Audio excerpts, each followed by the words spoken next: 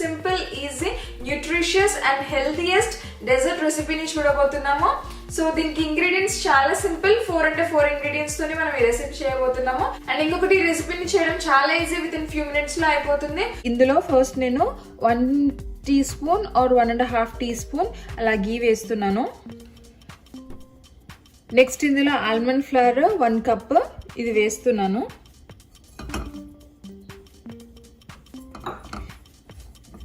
ఇది మంచిగా రోస్ట్ అవ్వాలి, మనకు ఒక స్మెల్ వస్తుంది, లైట్ గా కలర్ కూడా మారుతుంది.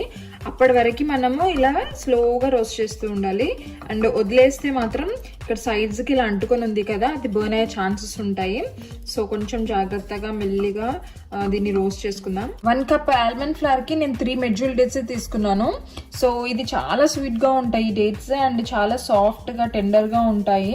సో దీంట్లో పిట్స్ తీసేస్తాను నేను. ఫస్ట్ ఇందులో 1/4 కప్ ఆల్మండ్ మిల్క్ యూజ్ చేస్తున్నాను. మీరు నార్మల్ ఏ మిల్క్ అయినా యూజ్ చేయొచ్చు.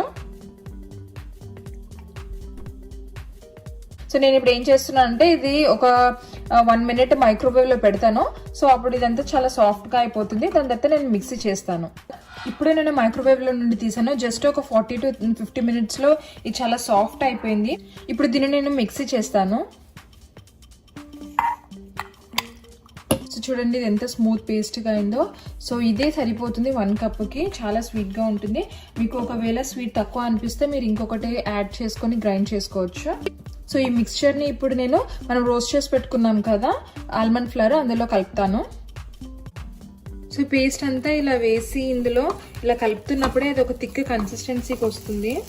మనము ఇంకా ఏమి ఎక్స్ట్రా మిల్క్ అయినా వేరేది ఏమీ యాడ్ చేసే అవసరం లేదు. సో ఇది ఒక మంచి బైండింగ్ ఏజెంట్ లాగా ఉంటుంది అన్నమాట. మీరు దీంట్లో ఇలాచీ పౌడర్ కూడా యాడ్ చేసుకోవచ్చు, నేనైతే యాడ్ చేయలేదు. చూడండి ఇది ఎంత మంచిగా థిక్ పేస్ట్ లాగా అవుతుందో. సో ఇప్పుడు ఇది లైట్ గా చల్లారిన తర్వాత నేను దీంతో బాల్స్ చేసుకుంటాను. ఇంత చిన్న అమౌంట్ తీసుకొని నేను ఇలా బాల్స్ లాగా చేస్తున్నాను. సో ఎప్పుడైనా స్వీట్ క్రేవింగ్స్ అలా ఉన్నప్పుడు ఇది ఒక బాల్ తీసుకొని మనము మన టేస్ట్ బర్డ్స్ ని సాటిస్ఫై చేసుకోవచ్చు అనమాట. సో నేను చాలా చిన్న సర్వింగ్ సైజ్ గా చేస్తున్నాను నేను. ఇది మీరు రెఫ్రిజిరేటర్ లో పెట్టుకొని 1 వీక్ పైన కూడా పెట్టి సర్వ్ చేసుకోవచ్చు మీరు. చూడండి మనకు అప్రాక్సిమేట్లీ 20 పీసెస్ వచ్చాయి. ఈ ప్లేట్లు సరిపోలేదని చెప్పేసి నేను ఇంకొక బౌల్లో ట్రాన్స్ఫర్ చేసి పెట్టుకున్నాను. మనకి విస్కర్ ఉంటుంది కదా, సో ఆ బ్లేడ్ యూజ్ చేసి దీనికి ఒక డిజైన్ చేస్తున్నాను.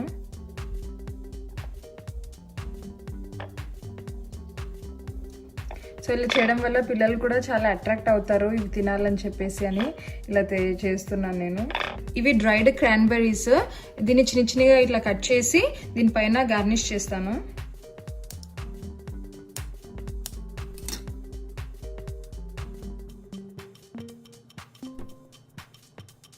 చూడండి బిఫోర్ ఎలా ఉందో, ఆఫ్టర్ గార్నిషింగ్ ఎలా ఉందో. సో ఇప్పుడు నేను టేస్ట్ చేసి చెప్తాను ఎలా ఉందో. కాజు కత్లీ, బాదం కత్లీ తింటాం కదా అలాగే ఉంది. సాఫ్ట్ గా ఉంది. నాకైతే స్వీట్ చాలా కరెక్ట్ గా సరిపోయింది.